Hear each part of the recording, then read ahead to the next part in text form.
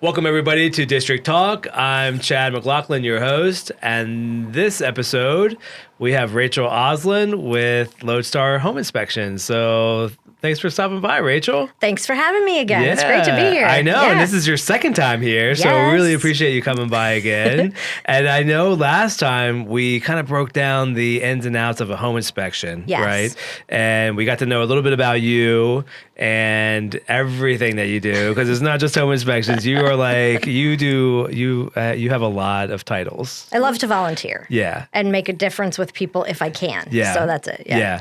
Let's for our viewers that are listening to this particular episode, but maybe didn't the last one, let's run through all those again that you volunteer for, because it's a Yeah, that was kind of funny when we were just in your office talking about it. And she's like, that too? What else? What else? Yeah, you do that. Yeah, so I've been a home inspector for 18 years. Okay. And I know I started in utero. I'm like inspecting the womb. Right. This window doesn't open.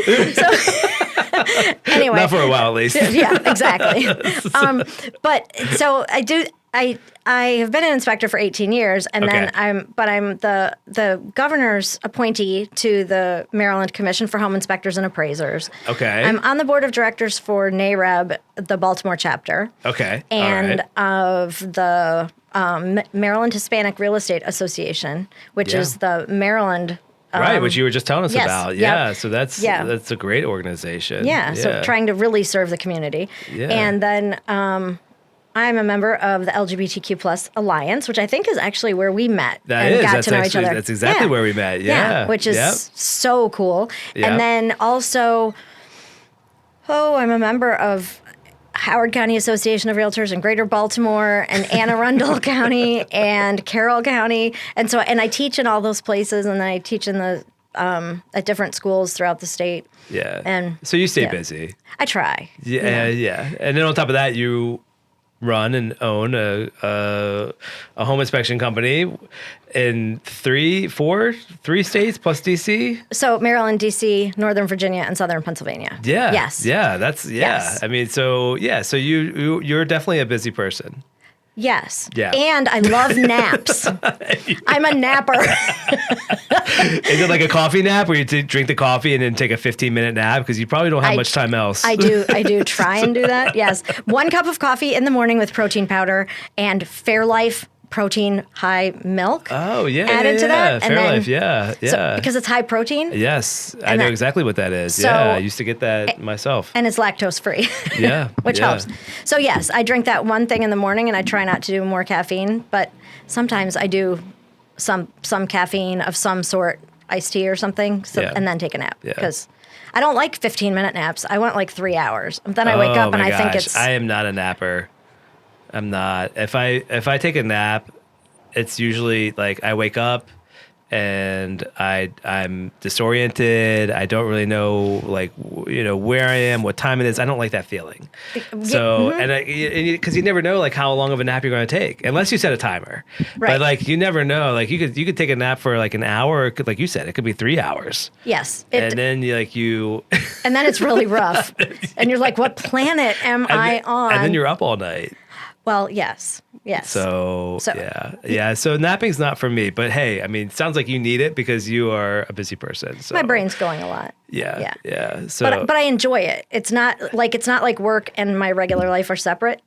So because I run the company, everything goes together. So for me, it makes my work really fulfilling because I can help people. Yeah. And then I can volunteer. So I've done the same number of hours of inspections as I have done of volunteering for different real estate. Oh, that's amazing. Groups. Yeah. That's really cool.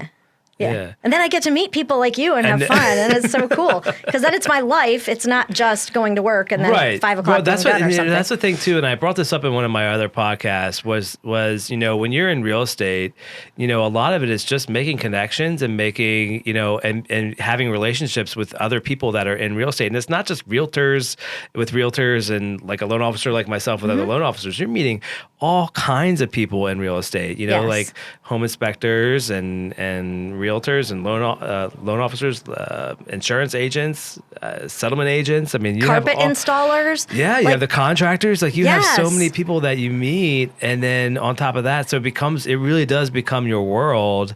That like a lot of my own like close friends are in real estate, one way or the other. Like they're in real estate. So yeah, so it just becomes like this whole natural environment that I think that when you take a career in real estate, you know, that's kind of what happens, you know, is like Yes. you're kind of amongst other. I mean, it becomes your social sphere. It does. Exactly. Because you build your business with people you know, like, and trust.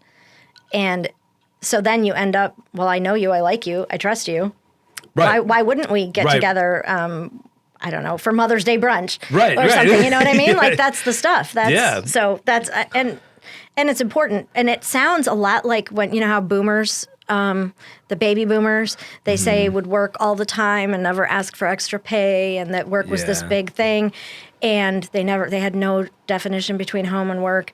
And, we're Gen Xers. And for me, that's just how it works, because when I do something, I do it wholeheartedly. Yeah. And so, but it's interesting because it crosses all the generations.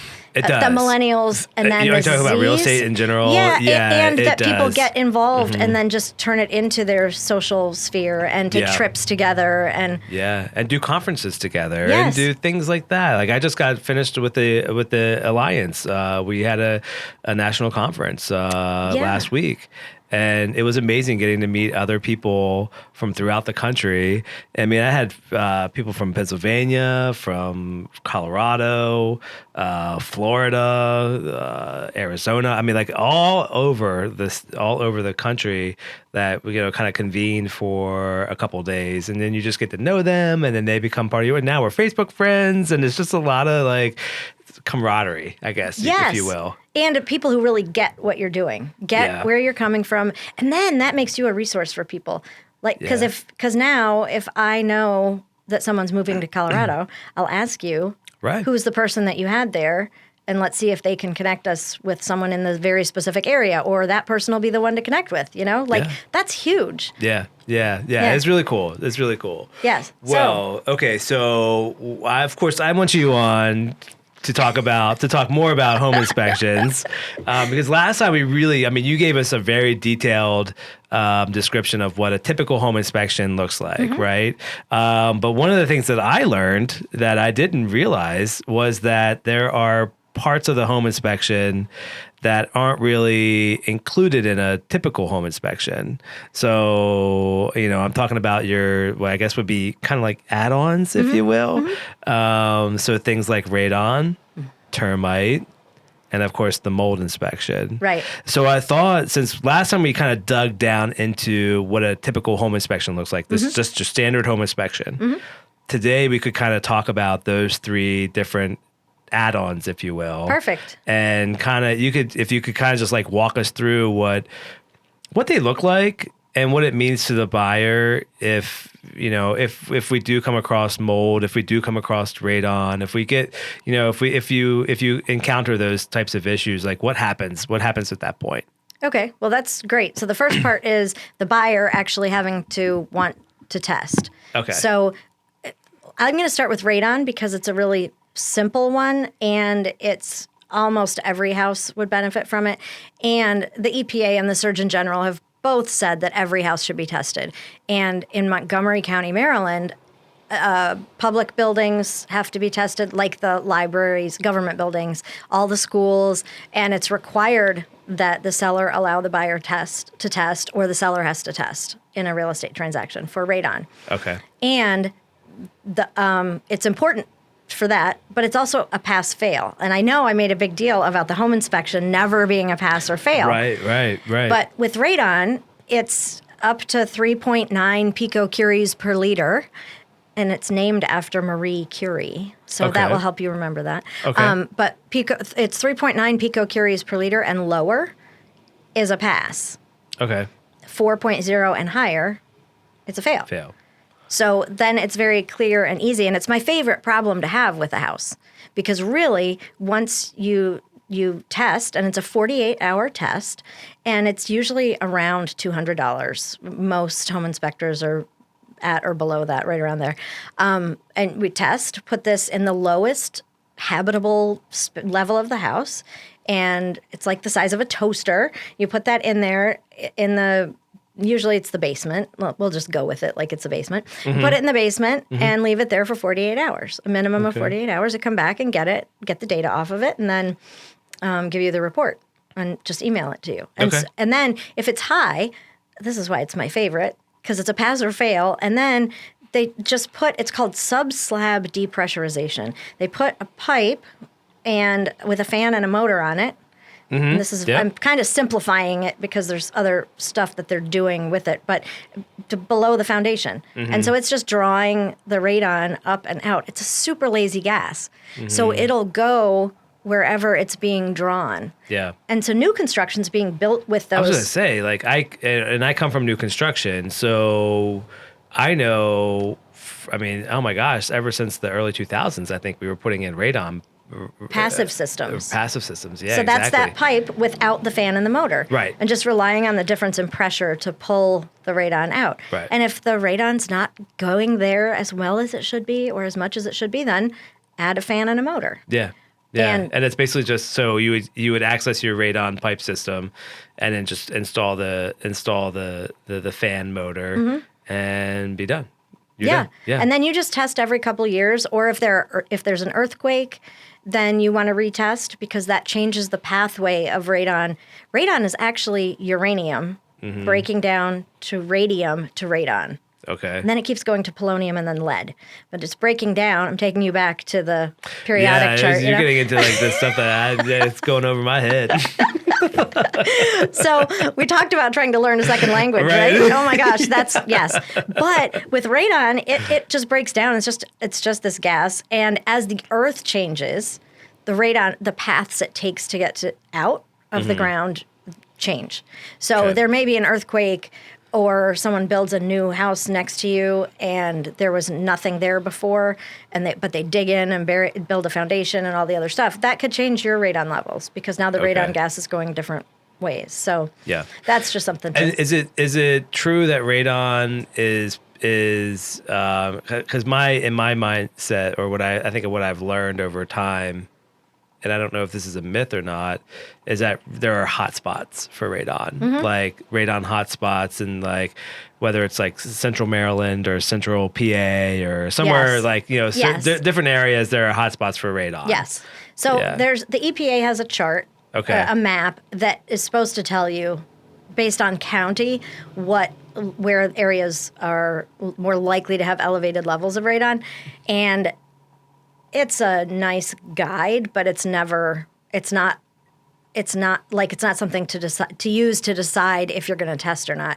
So I've never had a house that had high radon, and I've lived in townhouses where both houses on either side of me have had high levels. But you didn't. I didn't. Wow. And my neighbors will tell you, in Baltimore City, will tell you that there's not really radon in Baltimore City. But we had an inspector working for us whose house, a row house in Baltimore City in Hamden, had high levels of radon. And everybody in his group, in his row, all had high levels.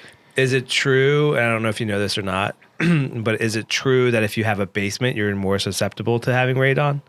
You're more likely to, yes. Okay. And the reason is because it's uranium breaking down from deep in the earth, and it's coming up, this radon gas, it's however much, if any part of the house is touching dirt, that's where the radon can get in. Okay. So with a basement, you've got more sides touching dirt. So if my home is built on slab, let's say, then you still could have high radon. And I've seen 90 on a slab.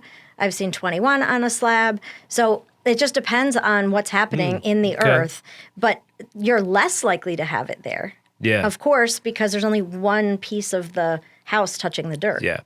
Now, when I was in new home construction, I think we always, you can correct me if I'm wrong, we would always say to wait to do a radon test because we've already disturbed the earth. So you're not going to get an accurate reading for radon. I just want to hug you right now. And then Joel would come in and be like, now you messed up the whole setup here. So I'm not going to do that. But yes, that's it. And so many builders don't know that. Okay. And so a lot of buyers don't know that. So yes, you want to wait until the house has had time to settle and the ground has had time to settle. Like 9 months, 6 to 9 months after putting the roof on or going under roof is when you would want to test. Okay. All right. Because otherwise, and some builders will say, we'll test now, and if it's high, we'll fix it. Okay, well, that's fine, but it may not be accurate. So if you get a radon mitigation system, then that's great. But then when you test for real, who knows if you needed it? But then the converse is also true. Yeah. What if they test and it's low? And here you are 2 years, 3 years into your home, and you don't think you have radon, and you actually do. Right. Yeah. And so the big thing with radon is it's the leading cause of lung cancer death among non-smokers. And it's like 22,500 people a year die of radon-induced lung cancer. And they can tell when they look at your lungs what the cancer, not all the time, but most of the time, what the cancer was caused by. And those are different treatments than or what they're going to use to deal with your cancer. And what they could see is with radon is it's the radioactive decay damaging the cells. And they see that. So let's get kind of one of the questions that I have, and I think what's important for our listeners that are, like, let's say, in the home buying process. Let's say you do the radon test. It comes back as positive. High. High. Elevated. It's elevated. What does that mean? Does that mean it's like we said earlier? It's not like a pass fail, or it's a pass fail where it's like the radon either passed or it failed. And let's say in this case it failed. But what does that mean to the buyer? Like, what? I mean, does that mean that they can't buy the house? That's a fantastic question. No, the radon test is more information for you, just like the home inspection report. So you don't have to fix anything. You don't have to put a mitigation system in. You can get that even if you're just doing an inspection and testing for informational purposes. You then have that information, and then you move in, and then you get that done. You're not likely to get radon-induced lung cancer in 6 months of living in a house. Okay. It's the higher the level, the shorter exposure it takes to have a greater likelihood of getting cancer. Okay. But, all right. But it's like living in the new construction for a year before you get tested. I always just say test at your 11-month inspection, and we'll come in and do that at the same time as your walkthrough or inspection before your warranty's up. But it doesn't. You don't have to do that. It really is what your comfort level is. Okay. All right. So radon then, so kind of going from radon into another area. Yes. So let's do termite. Okay, termites. Okay. All right. And termites being not just termites though, right? Like it's any kind of wood destroying insect. Right, exactly. Yeah. And so it's called WDI, wood destroying insect. WDI. Oh, wood destroying. Okay. Yep. All right, got it. Now, in other areas of the country, if we go far, far away, like Virginia, in Virginia and other areas of the country, it's wood destroying organisms. Okay. And what they're actually looking for is dry rot. Oh. So, and the wood destroying insects. Okay. In Maryland, it's very specifically just the wood destroying insects. And so that's, so if you're listening from somewhere else, you'll hear WDO or WDI, and those are close to the same things, but Maryland is very specifically just the insects. And so that's powder post beetles and termites and carpenter bees and carpenter ants and all those kinds of things that can cause damage. Yeah. So are you looking for the damage? Are you looking for the insects themselves, or what are you doing? Yes. Yes. All of the above. All the above. Okay. All right. So how do you find let's talk about the insects. How do you find them? Okay. So first things first. Okay. It's not required to get this in most cases, but there are some loan programs that require it. So that's true. And lenders like the VA, I think. VA does, yeah. The VA requires a termite inspection. Yeah. Okay, so and it's recommended for everybody to get one of these. I mean, how much does the termite inspection cost? $95. Yeah, I mean that's like nothing. Right. It's more for peace of mind. Totally. Right. And then you can have what I recommend is getting a service so that they come out once a year and just do an inspection. And we do the inspection, but we don't do treatments. So you get a company that goes through and does an inspection every year, and they take responsibility for finding stuff and treating it. And so you've just got an annual contract, and that's the smartest thing I think to do. Okay. And what we do is we're on the home inspection, we're looking for evidence of termites or other wood destroying insects. And the standard home inspection. The standard basic home inspection, which is structural, mechanical, electrical, plumbing. So basically what you're looking for then on a standard home inspection is just of evidence, right? Of some type of wood destroying insect. Yeah. Okay. So while we're there and we're looking at the joists and the beams, we're tapping on the wood, looking for with a screwdriver, just tapping to hear the difference in the wood to try and determine if it's damaged, if it's dry, if it sounds hollow. And in some areas, people paint over them, like windowsills. And I've just touched my fingernail to the windowsill and gone right through. But it's also, they're looking at a beam in a house and just seeing that there's openings, long openings that look like tubes, kind of. But the other thing that's fascinating about termites, and I can see you're on fire to hear this. The other thing that's fascinating about termites is that they die of desiccation. They get dried out. Oh, okay. So what you've got to do is make sure that around your house, your mulch is low and the dirt is low around the house. Not so low that you have a grading problem and water is pouring in, but low enough, like a foot and a half away from the siding. Okay. Because you don't want the termites to build their tubes. They build their tubes out of feces and dirt and spit, and they keep them nice and moist inside so that they don't die of desiccation, drying out, coming up from the dirt and getting into the house. Okay. If you make that span long enough, they're not going to do it. Okay. All right. And we'll see those tubes. They look like almost sandy in the house. And so you see those, and we're looking for those. Okay. And wings. And wings, like just like dried, like They'll just like be wings on windowsills and just like hundreds of wings. Yeah. Really? Yes. Okay. So I'm Joe homeowner, and I just want to kind of walk around my house just to see like if I have any kind of evidence of wood destroying insects. What am I looking for? Like, I know you just said like the tubes, I guess going up into the siding. Does that sound right? Okay. Yep. So from the foundation to the siding, let's say tubes, we're looking for wings or any kind of dried up kind of carcasses. Yeah. What else? I mean, is there anything else that like if I could see just in plain view? Yeah, those are the biggest things. Okay. And the very most obvious things. And you would want to do that same walk around in your basement, looking up. Okay. Looking up. Look up. Okay. Most of the time as a homeowner, you don't think about looking up. Like you look up to see if the light bulb is burned out, but you're not staring at the ceiling like we are. Some of my favorite memories of my dad, who taught me to be a home inspector, are that he was always like this, like with his upper lip jammed up above his teeth.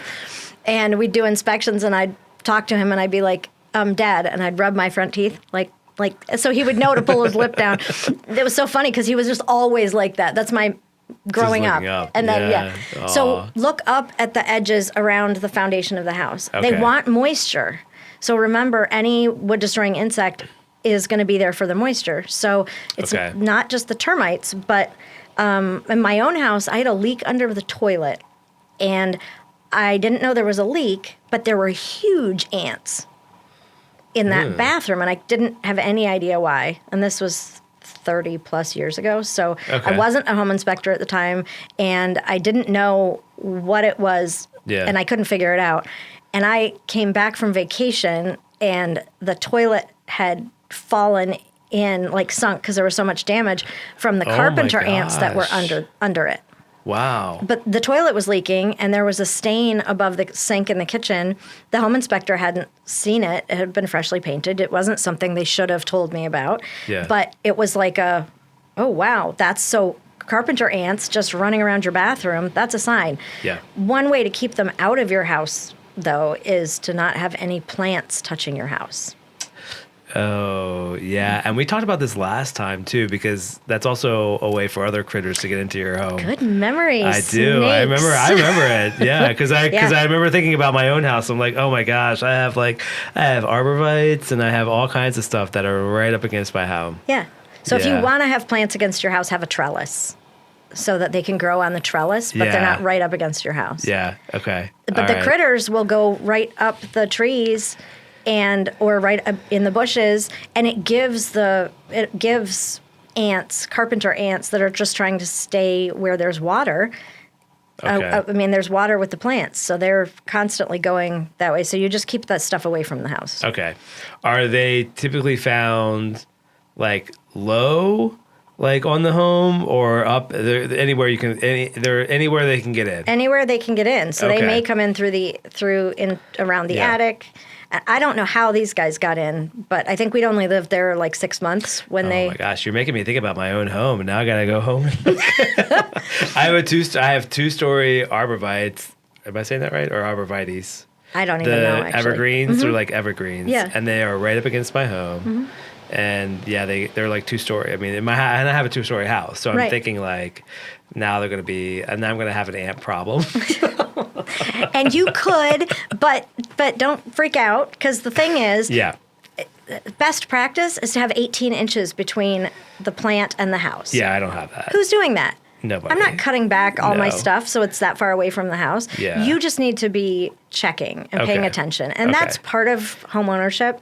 And so I don't tell these stories to scare you, but more to say it can happen to anybody. Yeah. And just keep your eyes open and your brain thinking a little differently about what you're seeing. Yeah. Most of the time, this is not going to be like world ending. Yeah. You know? Yeah, because there's always some sort of a service, right, that you can help remediate these issues. And local companies, as opposed to the large companies, do better with the customer service and the treatment and have better prices based on my experience. I haven't had bad experiences with some of the big names that have the big commercials and stuff. However, I know that a lot of local ones charge thousands less. Oh, wow. For treatments. Hundreds to thousands, depending on what it is that needs to be done. So. And kind of going back to our pass fail with the radon, pass fail with termites, or wood destroying insects. You find presence of them. What happens? So we are documenting it. Okay. There's a form that has to be filled out. That is the state form. And then if there's evidence of anything. If there's evidence, so we see tubes, we see wings, or we see evidence of treatment, we're documenting that on the form. And then if we think that something needs to be treated and we don't see evidence of treatment, then we attach a graph to that of the house, map of the house basically, showing what needs to be done. Okay. And then the buyer determines what they want to do with that. Okay. Do they want that to be fixed? How did you handle this when you were writing your contract? What did you do to determine what you were going to ask for? Yeah. So again, you're not the one saying like, oh, we found, evidence of wood destroying insects. You can't buy this house. You're done. No more house for you. You're just there to provide the information. And then from there, then the buyer will take it back and say with their buyer's agent, and hopefully they have a buyer's agent. Oh my gosh, yes. Hopefully. So, I know that's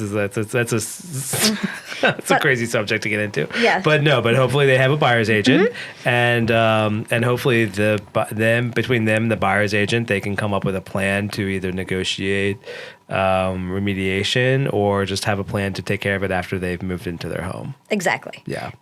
And that's whatever it is that you decide. I mean, I think the only one that really would require treatment would be a VA loan.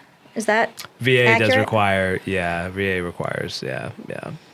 So, okay, and then the third, jumping from radon to termites to now the third optional inspection. So that's not part of a typical home inspection. Now, granted, you may see it with your eyes, right, on a home inspection, but it's not necessarily included in a home inspection. Is mold, yes. Right? Yeah, so that's a big one, especially if you have allergies or asthma or things of that nature. That obviously mold is going to not make your living situation so great. Yes, it could exacerbate all of those. Yeah. So mold is not part of the home inspection. So it's an additional inspection that can be purchased on top of the home inspection. And tell us a little bit about that and how you look for it, what to do about it, all that good stuff. Okay. So what happens is so you get the home inspection itself and you schedule that. And most people know they want to do radon and they know they want to do termite. And some people call also when they're booking and say, also, we want to do a mold test. Okay. And so then we're asking, did you see something or smell something that had you want to have a mold test? And sometimes they say yes. Other times it's just, no, I just want peace of mind. Or one of my kids, just like you said, has asthma, or I've got allergies or whatever. Yeah. Or I've seen on TV the show where the mold behind the wall came out and ate my baby or something like that. And you're like Primetime had that on, okay, mold is a serious concern and it's not the end of the world. The biggest thing to remember about mold is it's just like the termites and the carpenter ants. They want moisture. Okay. And so in order for mold to grow, it has to have moisture. Okay. So if you eliminate the moisture, it will stop growing. So if you walk into a house and you smell something that smells musty, can you smell mold? I mean, do you think if when you walk into I know a musty smell, but that musty smell could be my my washer that I haven't Yes, totally. Yeah, exactly. Well, and that goes right into another whole conversation about what sellers should do before they put their house or before they have a home inspection at their house. Right. Is close their washing machine, but leave it open the rest of the time to dry out. Yes, but that musty smell is usually mold, and And in dust, there is mold. Another reason to have to dust, and I do not like that. So anyway, the dust has mold in it too. So if you just have boxes stacked up in the basement, and there's really not a lot of moisture down there, and you just never open those boxes, they're going to get dusty and there's going to be mold on them because that's just what happens. And it's not like there's a huge pile of it growing on there and things that's going to freak you out and you're going to see it. It's just part of the environment. Yeah. So the reason mold is not a pass or fail either. Mold is information that the report is going to give you information about mold. And then there's also what was happening in the environment inside and outside the house at that time.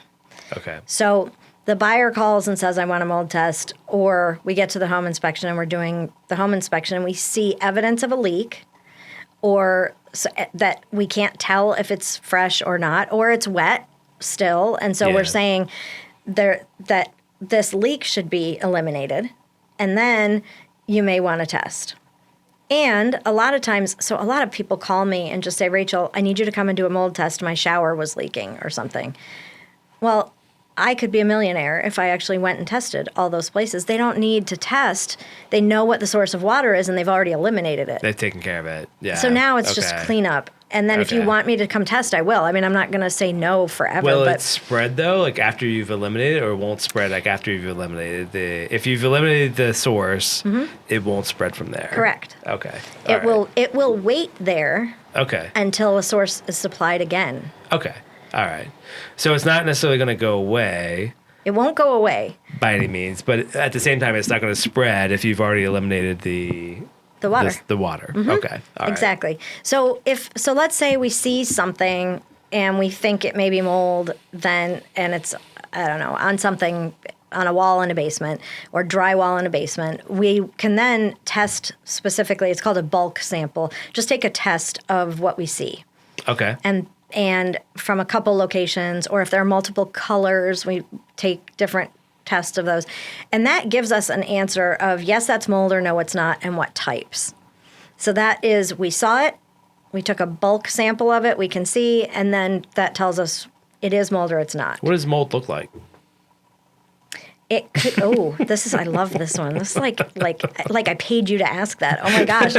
So fuzzy mold. Okay. Fuzzy mold. Okay. Requires less intense amounts of moisture. Okay. To grow. Okay. So it could just be high humidity that you've got like a sheen of mold on something. If you've got a lot of mold, if you've got a lot of moisture, you're more likely to have a slimy mold. And slimy mold is what people always talk about with the black mold, with the toxic mold. And any mold, so slimy, most toxic, and usually a sign of a bigger water problem. Okay. And fuzzy easily becomes airborne, most common, and it can even be just from high humidity, just from having your wood in front of your fireplace. That can just be that mold coming from that wood. Like it's different. You had a question before I get to the next part. No, go ahead and finish. I was good. Sorry. Okay, so no. So the thing with that is any of those could be a problem for anyone. Okay.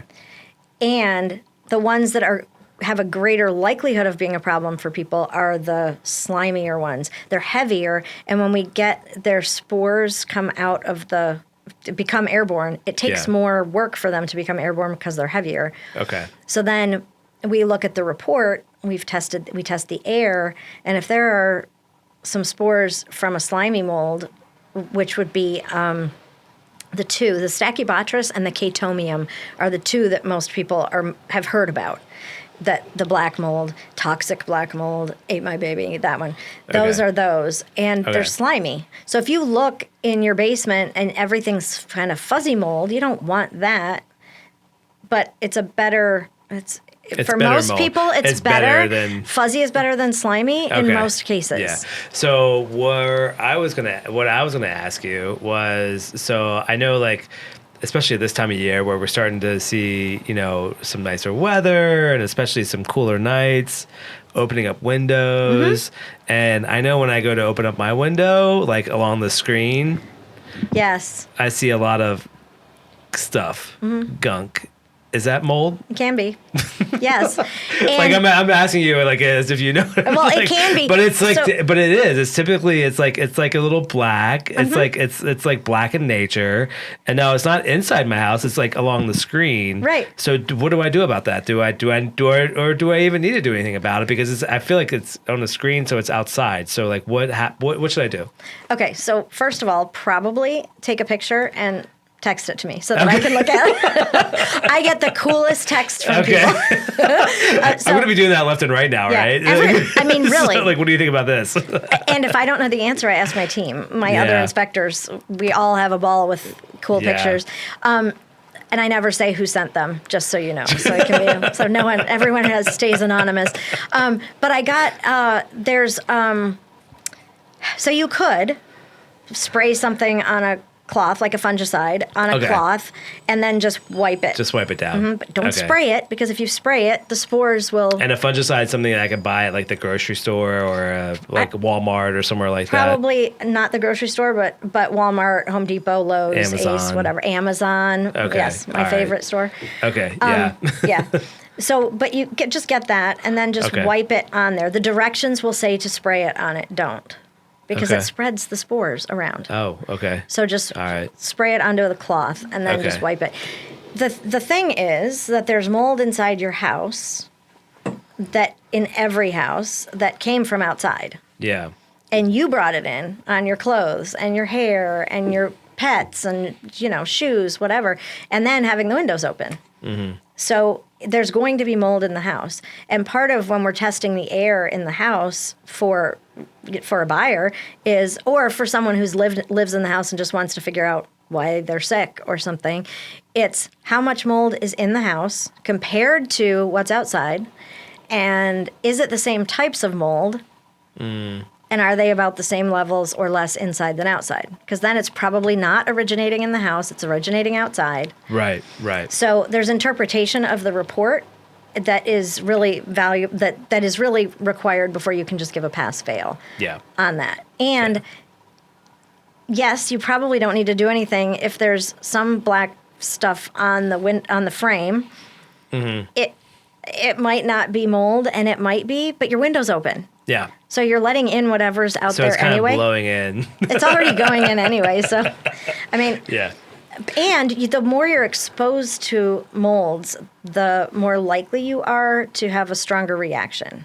So is there any kind of thing that home owners can do, like let's say just general maintenance, like to help with mold, let's say?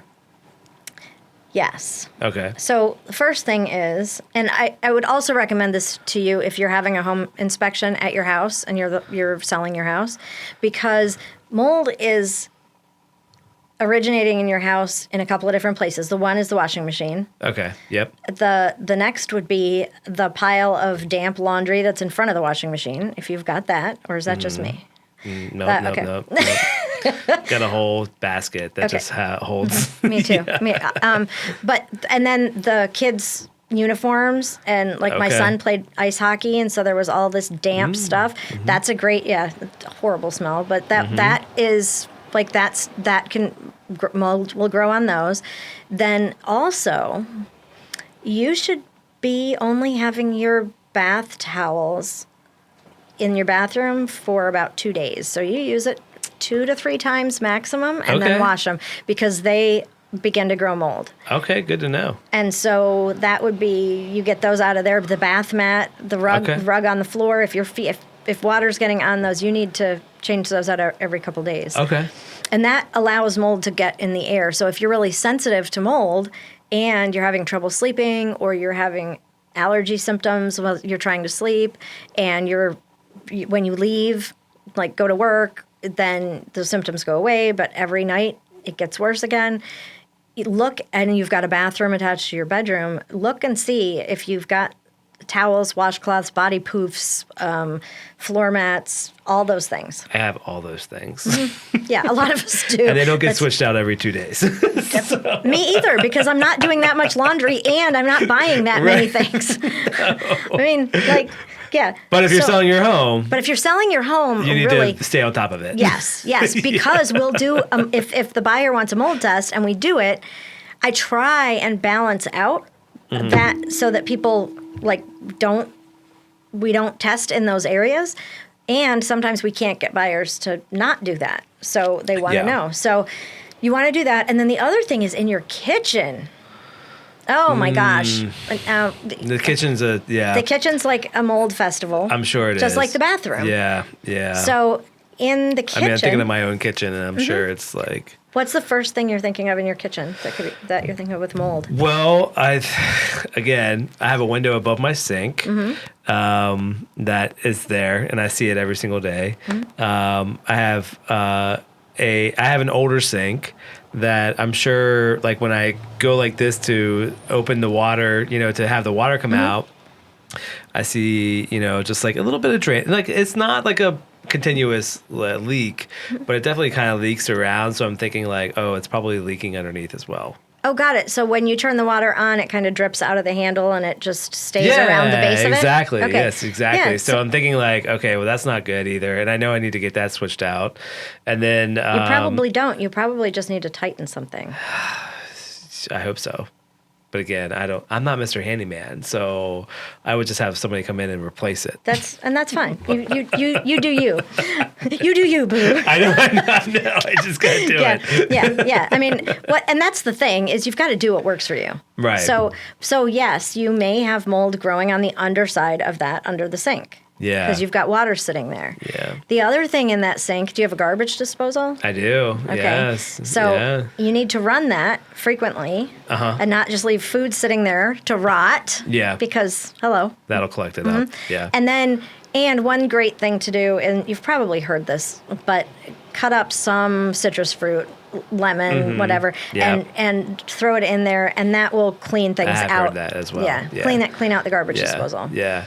Yeah. And coffee beans to sharpen up the blades. I don't know. I've heard that. Right? I've also heard ice cubes. Yeah. I don't know. I don't know. But I have heard the lemon and the citrus. Yeah. Yeah. So that's a good thing to do. Yeah. I would do that before having a home inspection too. Okay. And then the big thing, the big culprit in the kitchen is that sponge. And you know that sour smell where you like even the most glamorous people in the world have smelled that smell. Kim Kardashian has smelled that smell. She may not have known where it came from, but she knows that there is this is an issue. This can be an issue. And so what I recommend is use the sponge. I'm all for the environment, so I don't like single-use things. But when you use that sponge after a day or two, it can get really stinky depending on the conditions in the house. So, meaning if it's being used a lot, what the temperature is in the house. I mean, the perfect temperature for mold to grow is like 50 to 80. That's what we all keep our houses at. Yeah, I was going to say that's a normal Right. So you've got to eliminate the water, but I keep introducing water to this thing and using it. So okay. So you take, but what I do and what we do in our house is we put the sponge in the dishwasher. Okay. And so we're lucky because we have a dishwasher. My son didn't have a dishwasher and was trying to make it not smell, so he stuck it in the microwave, which I had read was a good idea, but then his whole house smelled like mold. Oh, no. Because that musty smell? Because it was that gross, musty thing. So he was like, okay, Mom, I tried. What do I do? He tried. So, and to get that smell out, you do some vanilla and water in a coffee mug or in a bowl and just put it in the microwave for a minute or two, and that'll get the vanilla, more of a vanilla smell out. Like vanilla, like as in like the vanilla extract vanilla? Mm-hmm. Okay. That's good to know. Or mint or almond or whatever. Yeah. So then what I do is we run it through the dishwasher, and if you don't have a dishwasher, then you may just want to replace it every few days as you start to notice the stink coming on. But I cut our sponges in half. Okay. So that then I feel less guilty about not using them forever. So, but I remember visiting my parents and being like, "Oh my gosh, this dishcloth! Oh my, can you not smell this? We're not tall people. Yeah, we're very close to the sink. How is your nose not picking up on this?" And so I'm super sensitive to it. My husband doesn't smell it, but until I go, "Do you smell this?" and put it in his face, and it's like, "Rachel, that's disgusting." Right? I guess it's just because my face is closer to the sink. Yeah. But it sounds like kind of from a mold, and especially from a termite standpoint, water is the devil. Pretty much, yes. So water any is kind life, of any kind of access to water, that mold and any kind of wood destroying insects have, then you're gonna have issues in your home.